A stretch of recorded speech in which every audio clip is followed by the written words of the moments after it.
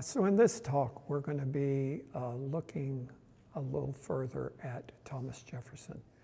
We talked about his background in the last talk, and we're going to really be a little more explicit about how that led to values. And then as we looked at with Alexander Hamilton, how that then led to vision and to design that made a huge contribution to the nature of what the United States became.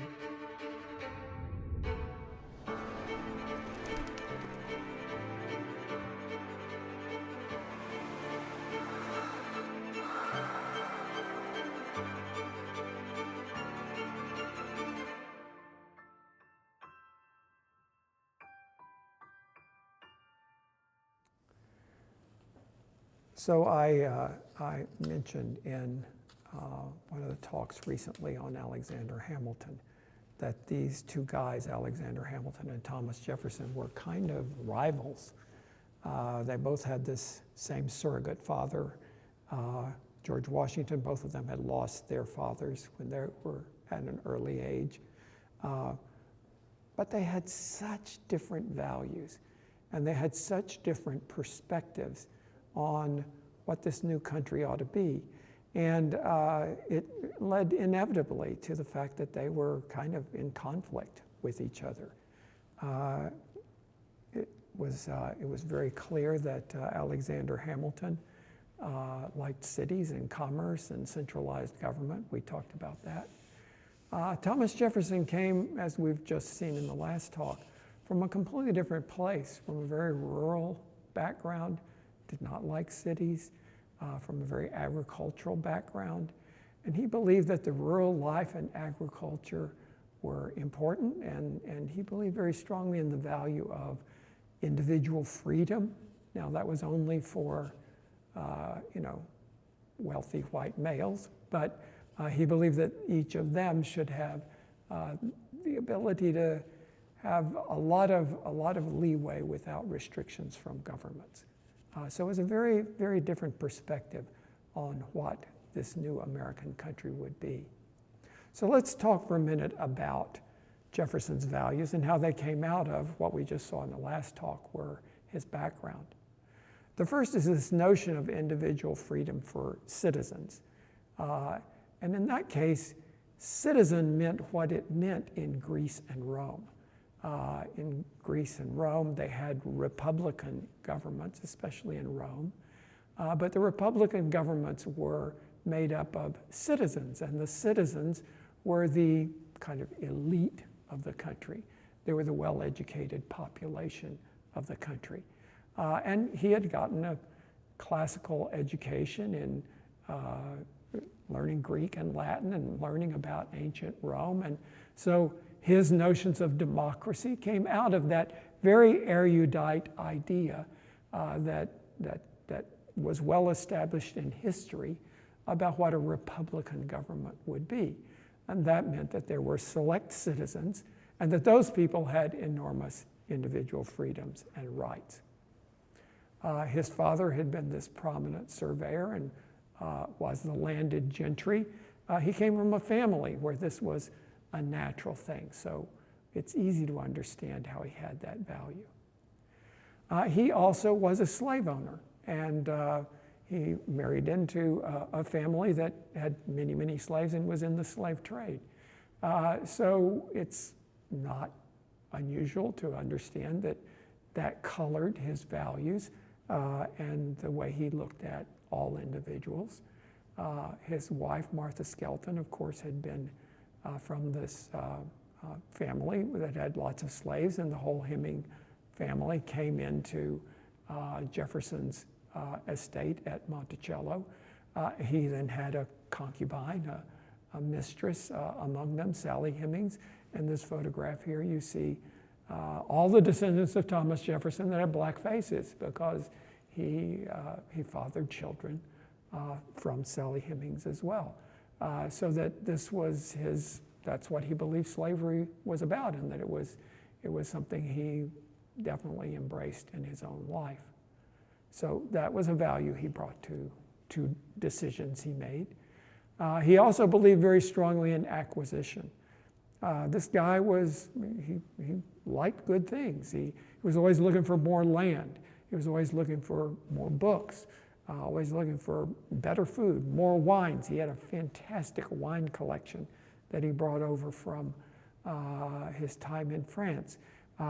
He was about acquisition, and he saw that as a positive thing. That's how you get ahead in the world, is through acquisition. And a manifestation of that is certainly his big, beautiful estate at Monticello, which was his pride and joy. Other values, he believed in the land. He was very, very tied to the land, and he was land hungry. He always felt like you needed to acquire more land. Now that was partly because the primary crop that he raised and that most Virginians raised was tobacco. And it was very land intensive. It sucked up the nutrients from the soil.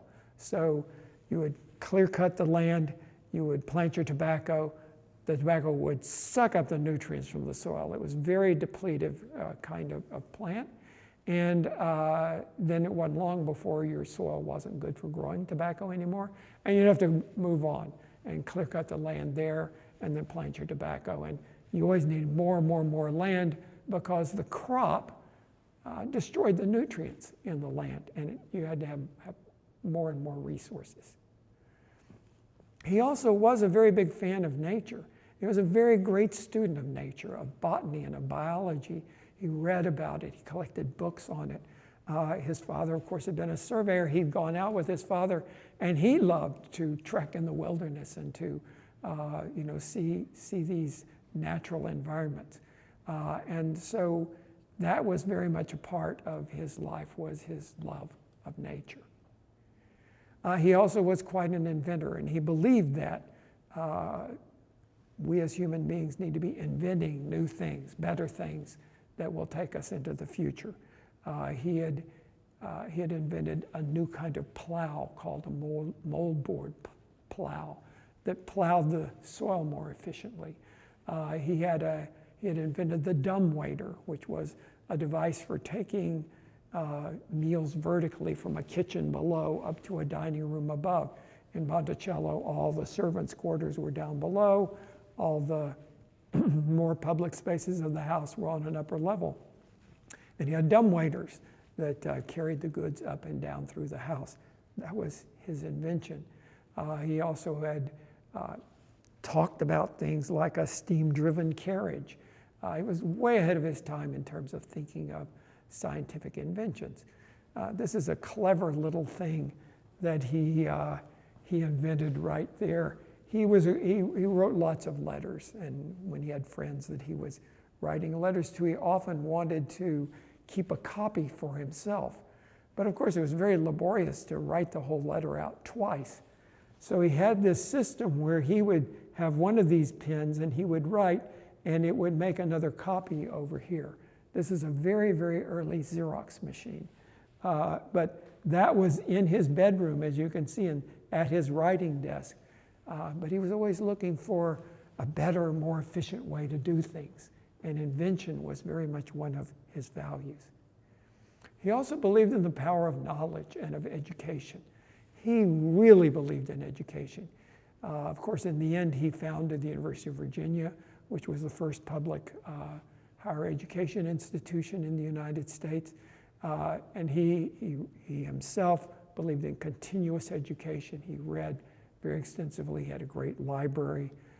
The power of knowledge was very important to him. He also believed as a value that he thought there were great evils in financial profiteering. He was suspect of people who made their money by moving money. You should make your money by producing something. And he thought of banks as a kind of demeaning way to make money. That financial profiteering was a bad thing. We ought to be able to exist without banks and loans and those kinds of things. He and his own family had been caught in credit crunches and were being used by the banks in England that they borrowed from. And he had a great resentment about financial profiteering. He also was extremely anti-urban. He did not think the future ought to be about people living in cities. got to be living an agricultural life. In fact, he said, "I view great cities as a pestilential to the morals, the health, and the liberties of man." Did not like cities and believed that people should be spread out and not concentrated. So from those values, what then is his vision for what America would be? He viewed great cities, as I said, a pestilential. And then he had this whole life that he lived that was very, very comfortable and was very, very rural. And this is his home at Monticello, and I'm going to run through some slides here that just let you see that house. And I think seeing the house really tells you a lot about who Thomas Jefferson was. The whole upper part of the house here is these beautiful, gracious rooms and he entertained a lot. The Virginians were very, very big entertainers because it was a long distance from one plantation to another. So you wouldn't just, if you wanted to visit your neighbors, you had to sort of pack everything up and go and stay a couple of days. So often he had visitors who were there for a period of time, and he had gracious meals there. The landscape was absolutely gorgeous. There were wonderful vistas. He had a great garden for food for the whole plantation. And then he had the servants' quarters down below. So down there was where they did all the cooking and the ironing and the washing and the mending and all of those things, kind of out of the way of the house itself. And then upstairs there were grand rooms with artifacts from what his interests were, the wildlife in the West, maps, also portraits of his ancestors that are very, very connected to their larger families.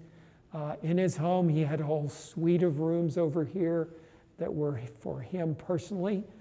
His two daughters had their bedrooms over here. And then there were very gracious public rooms for entertaining and parties and things like that. A very interesting thing right here, right off of his bedroom, that's the bed. And you could roll out of bed into the bedroom for changing your clothes, or you could roll out of bed into the study. If he had an idea in the middle of the night, he wanted to be able to just roll out of bed and get to his desk, just like that. But you can see so much of the way he works and who he was from that beautiful house of his. The dining room where you were meant to have great conversation, and that was his way of having influence over a larger number of people. He was a great conversationalist. His family displayed in the portraits here, gracious, beautiful. He had, when he was in France, he had gone to beautiful country homes around in France. He'd learned about how those people lived and what kind of architecture they inhabited, and those played into what he did at Monticello. He actually had started Monticello substantially before he went to France, but when he came back from France, he redid it substantially because he learned so much when he was there. This is that bed where he could roll out in one direction and have his boudoir where he would change clothes and roll out in the other direction and have his desk. He had a very extensive library. In fact, when in the War of 1812, when the British came and burned the Library of Congress, the replacement library they acquired was Thomas Jefferson's library because he had the largest library in the country, and they made arrangements to take that over. So he had a very beautiful library. That's his invention machine, and just grounds, and the whole place was very comfortable, very beautiful. So from that kind of ethos of the man and those values, what does his vision look like? Number one, he wanted the U.S. to be a country that rivals European powers. He didn't want to be interlocked with them, but he wanted to be equal with them. Little different from Alexander Hamilton, not interdependent. He believed the U.S. should be agrarian, and it should leave manufacturing and urban life to Europe. Had no interest in having that in the United States. That would be something that would be, in a different part of the world. He felt like we should expand agriculture. We needed to constantly be getting more and more land for agriculture.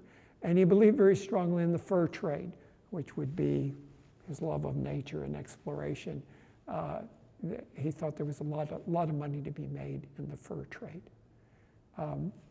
He believed that we needed to expand the U.S. territory, that they'd started with the 13 colonies, then there were sort of the Northwest territories that were acquired, but his idea was that the United States would dominate from the Atlantic to the Pacific. And that was not a vision pretty much anybody else held. Now it looks like it was inevitable. No way that was inevitable. It was 13 colonies over here with a few little territories. But France had big holdings in the rest of North America. Great Britain had other big holdings in North America. The Russians had holdings. The Spanish had holdings. It seemed like this was not a chance that there would be one country coast to coast. But that was his vision for what America would be. So how would he go about doing this? What is his design? The first thing is to acquire new cheap land in the West for the United States. So he felt like although we don't have that land and other countries have a claim on it, we could acquire that. And the primary thing he did was the Louisiana Purchase. And of course, he kind of did that surreptitiously. Congress did not want to do that, and he found some funds and he managed to purchase that from Napoleon. Wow, what a game changer that was for the United States to acquire all that land in the West. That was very much an important part of his design. And then these Northwest territories, he was the one who authored a Northwest Ordinance, which said that instead of seeing these as colonies of the original 13, instead we're going to embrace them and make them states. So every other country, they would have the country and then they would have all their colonies. And the colonies were subordinate. And he said, nah, that stinks. We know how that was when we were a colony. If we have territories, they need to be working toward becoming states. And we need to make them an equal partner, just like the other states. So, and again, that was a radical proposition, but he got that passed. And then he decided we need to explore the West. We need to know more about this country. He was very interested in the Indians. Who are these people and what is their claim to this land? What are the flora and the fauna? What are things like out there in the Great West? So like his father, being an explorer, he wanted knowledge and information about this area that, in his mind, needed eventually to be a part of the United States. So if you think of the enormous impact that Alexander Hamilton had on capitalism and on our financial character as a country, you got to think that Thomas Jefferson had an equal impact in a completely different way. This geographical vision for what America would be and how we would go about acquiring land and making a bigger country than just what was the country at the time he was president.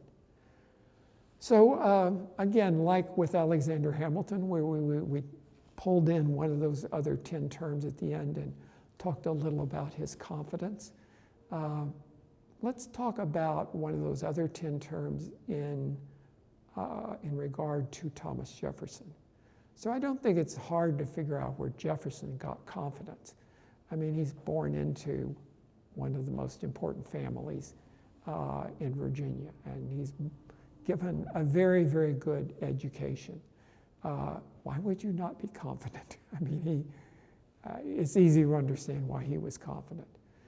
But one thing that could be puzzling is one of our 10 terms is rebellion.